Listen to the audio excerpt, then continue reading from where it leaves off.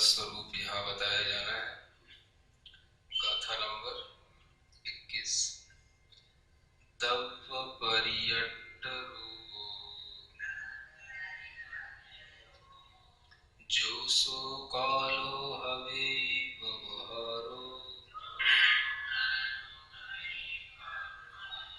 परिणामादि लखो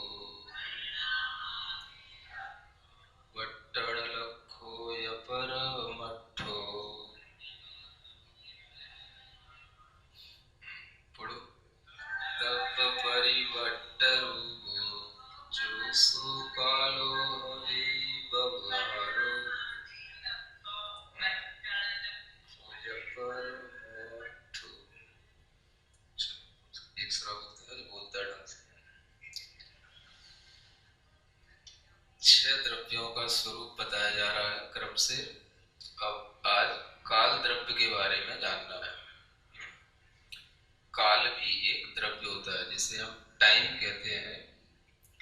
वो टाइम वस्तुतः कहाँ से शुरू होता है, उस टाइम से कैसे परिवर्तन प्रारंभ होता है, वो टाइम वस्तुतः क्या कहलाता है, तो ये यहाँ बताया जा रहा है।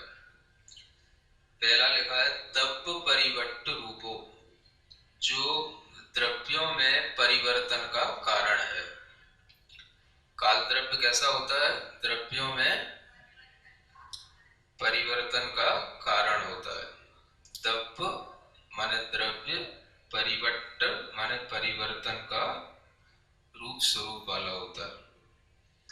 तो काल द्रव्य का यह कार्य है कि जो द्रव्यों में परिवर्तन होता रहता है उसमें अहम भूमिका किसकी रहती है? काल द्रव्य की रहती है। मतलब काल भी एक ऐसा द्रव्य है जो पूरे लोक में फैला हुआ है, और उसी कारण से सभी द्रव्यों में हर समय पर जो एक चेंज हर द्रव्य में होता रहता है, वो चेंज का भीतरी कारण जो है वो है काल द्रव्य है ना? क्यों नहीं लगा? थोड़ा सा बता दो शांति से। तो एक तो ये काल द्रव्य का कार्य है ना? जैसे लोकाकाश में अन्य द्रव्य भरे हुए हैं, ऐसे ही टाइम भी एक जो है सब्सटेंस है, लेकिन वो हमें दिखाई नहीं देता, जिसके माध्यम से सभी द्रव्यों में परिवर्तन होता रहता है। मतलब जितने भी पदार्थ हैं, चाहे वो जीव हो, है? हाँ, आकाश में भी परिवर्तन होता है, क्योंकि जिसमें परिवर्तन नहीं होगा तो वो द्रव्य ही नहीं कहलाएगा। द्रव्य का स्वभाव ही होता है परिवर्तित होना। तो वह द्रव्य में हर समय पर जो उत्पाद व्यय द्रव्यपना बना रहता है, इस उत्पाद व्यय में जो कारण है वो काल द्रव्य भी एक कारण बना रहता है। द्रव्य की अपनी योग्यता भी होती है और बाहरी निमित्त के रूप में काल द्रव्य भी उसमें सहायक बना रहता है। इसलिए ये कहा गया द्रव्य परिवर्त रूप जो सो कालो हवे व्यवहार। इस प्रकार का जो काल है वो काल हमें व्यवहार रूप जानना चाहिए। यानी काल 2 प्रकार का होता है, एक व्यवहार काल और एक निश्चय काल। तो व्यवहार काल हमें कैसे पता पड़ेगा? जो द्रव्यों में परिवर्तन करा रहा है उसके माध्यम से हमें व्यवहार काल का ज्ञान होता है ना? अब जैसे 1 महीना हो गया, 2 महीने हो गए, 4 महीने हो गए, 1 साल हो गई, तो ये सब हर क्षण जो परिवर्तन हो रहा है उसको गिनते गिनते गिनते गिनते ये परिवर्तन का नाम दिया जाता है, जिसे हम 1 वर्ष कहते हैं। 1 वर्ष 1 दिन में नहीं आ जाती है? वीर निर्वाण संवत जब बदलेगी तो 2545 से 2546 1 दिन में नहीं हो जाएगी। जिस समय पर भगवान का निर्वाण हो गया उसी समय 2545 से 46 हो गई, तो 1 दिन में नहीं हो गई। वो जो है 1 साल में कितनी चीजें बनती हैं, तो समय का जो छोटा सा छोटा इकाई है उस इकाई से वो चीज शुरू होती है, और वो बढ़ते बढ़ते समय से आवली, है ना। फिर उसको आज की भाषा में कहें सेकंड, मिनट, घंटे, दिन, समझ आ रहा है।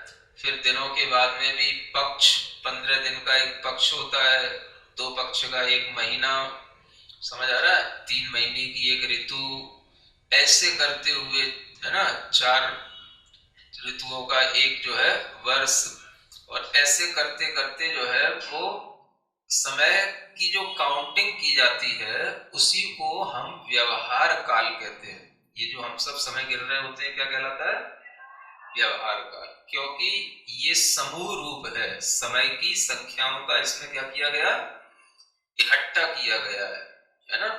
यह जो है कलेक्टिव फॉर्मेट टाइम है, ये जो हम बोलते हैं एक वर्ष, तो ये कहलाता है व्यवहार काल।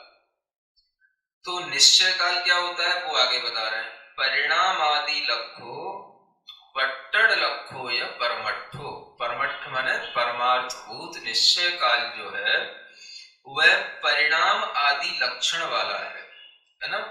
परिणाम का मतलब ही होता है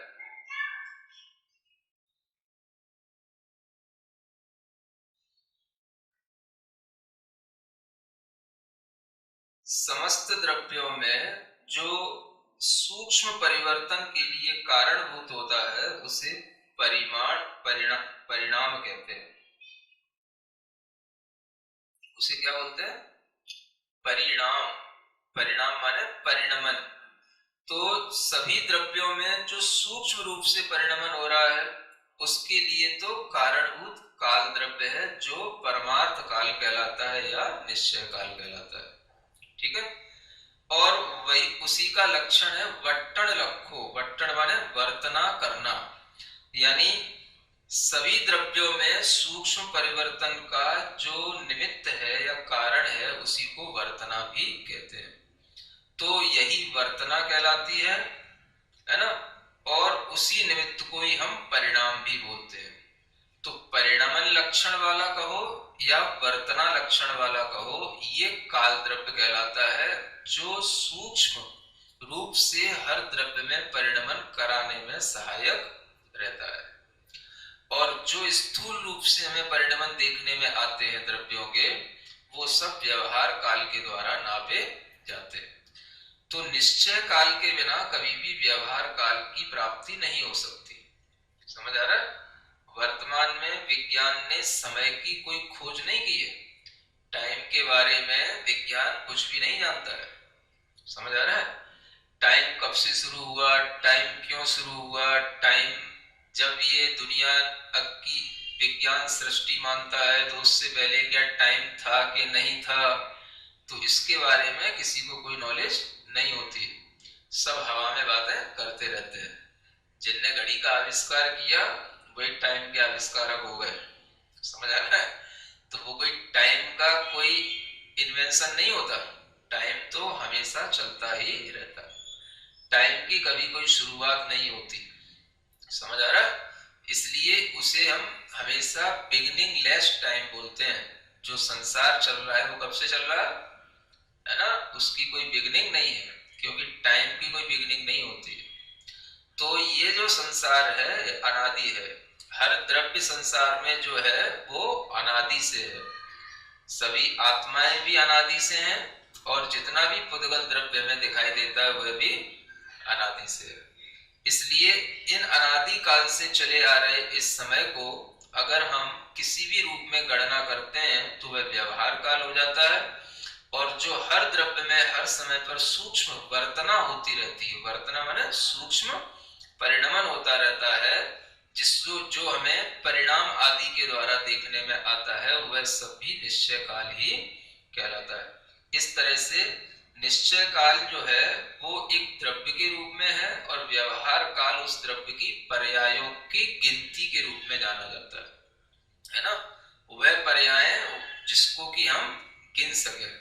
जैसे कि काल की सबसे सूक्ष्म यूनिट जो है टाइम की, वो समय कही जाती है। अब समय को भी इंग्लिश में टाइम ही बोलोगे, समझ आ रहा है ना।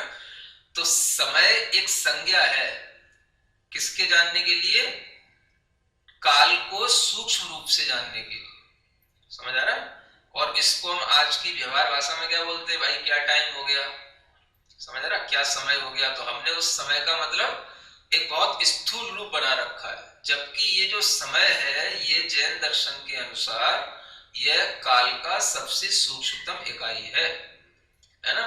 सेकंड का भी 1000वां भाग या 1000वां हिस्सा भी आप बताओगे तो उसमें भी असंख्यात समय हो जाते हैं, लाखवें करोड़वें हिस्से में भी असंख्यात समय हो जाते हैं।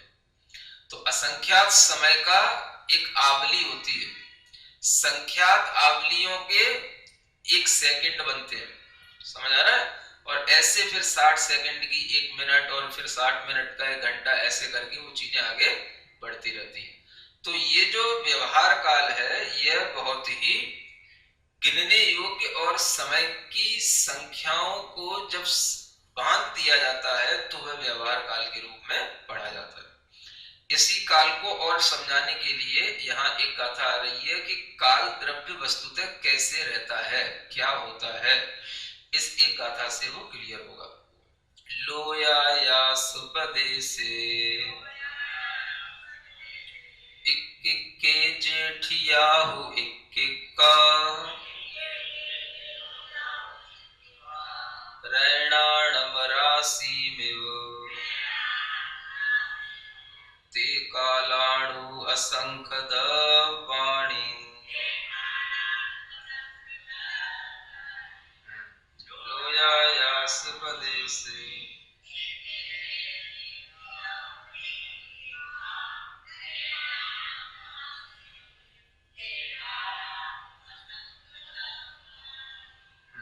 अब देखो यहाँ कहते हैं लोयायास प्रदेशे, लोकाकाश के प्रदेशों में, प्रदेश का मतलब वह स्थान, पॉइंट, पॉइंट जो ये पूरे लोक के जितने भी स्पेस पॉइंट होते हैं उन सभी में, है ना, each and every space point of this universe,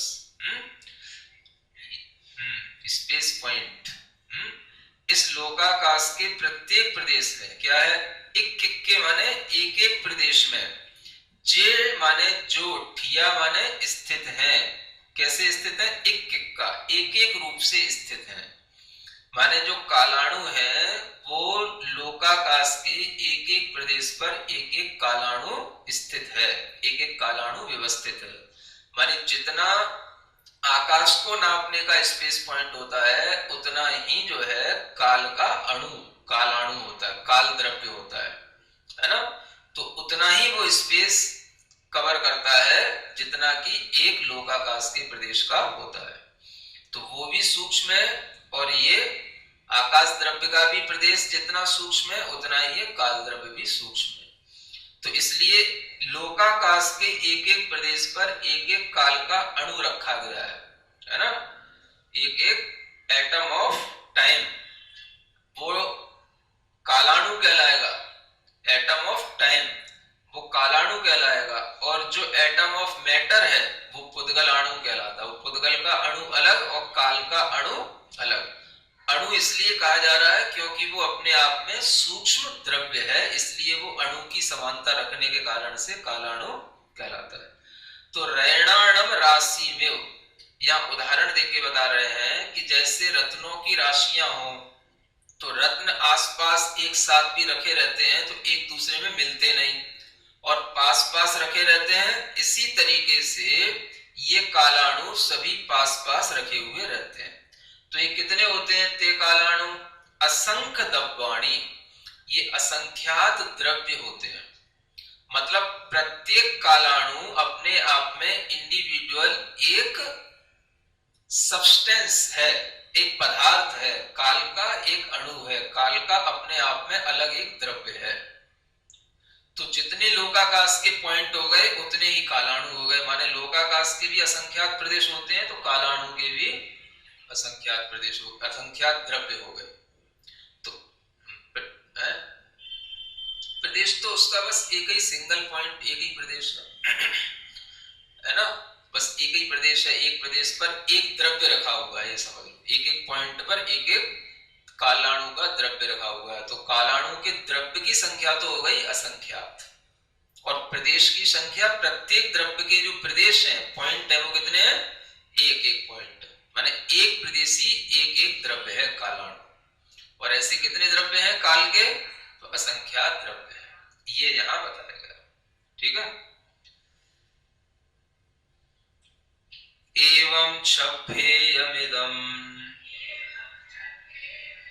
जीवा जीवप्पभेदतो दव्वम् उत्तम काल विजुत्तम णादव्वा पंच अधिकायादो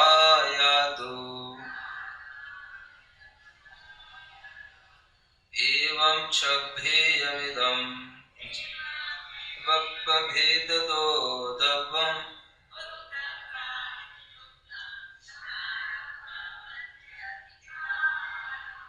अब यहाँ द्रव्य में और अस्थिकाय में अंतर बता रहे हैं। दो चीजें आती हैं, एक द्रव्य और एक अस्थिकाय। एक नई संज्ञा है जिसे अस्थिकाय बोलते हैं।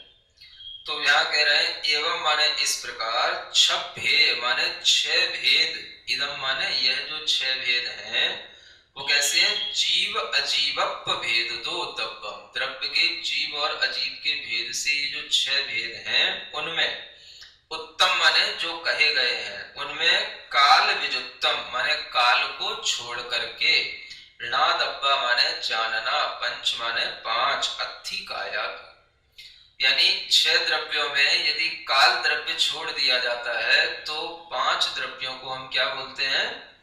अस्थिकाय बोलते हैं, है ना। अस्थि का मतलब होता है जिसका अस्तित्व है, और साथ में काय भी है। काय का मतलब जिसमें बहुत सारे प्रदेश हों उसको काय बोलते हैं, है ना। जिनमें प्रदेशों की संख्या अधिक हो, एक से अधिक हो, उसको क्या बोलते हैं? काय बोलते हैं, है ना। तो अन्य द्रव्यों में सभी में प्रदेश अधिक हैं काल द्रव्य को छोड़ करके, है कि नहीं। जीव में भी प्रदेश बहुत होते हैं, पुद्गल में भी, धर्म अधर्म आकाश सब में, केवल काल द्रव्य में एक प्रदेश होता है। इसलिए उस काल द्रव्य का अस्तित्व तो है लेकिन वो काय नहीं है, इसलिए उसको अस्थि काय नहीं कहते हैं। दो चीजें होगी ना, अस्थि प्लस काय। तो जिसका एग्जिस्टेंस भी हो और जिसमें, है ना, बहुत सारे प्रदेश भी हो, स्पेस पॉइंट्स जो है जिसके अंदर समथिंग मोर देन वन, एक से अधिक जिसमें प्रदेशों की संख्या हो, तो वह अस्थिकाय कहलाता है। तो काल में अस्थिपना तो है लेकिन कायपना नहीं है, इसलिए उसको अस्थिकाय नहीं कहते। बाकी के पांच द्रव्यों को अस्थिकाय कहते हैं। इतना ही आज के लिए पर्याप्त है, इतना ही आज के लिए पर्याप्त।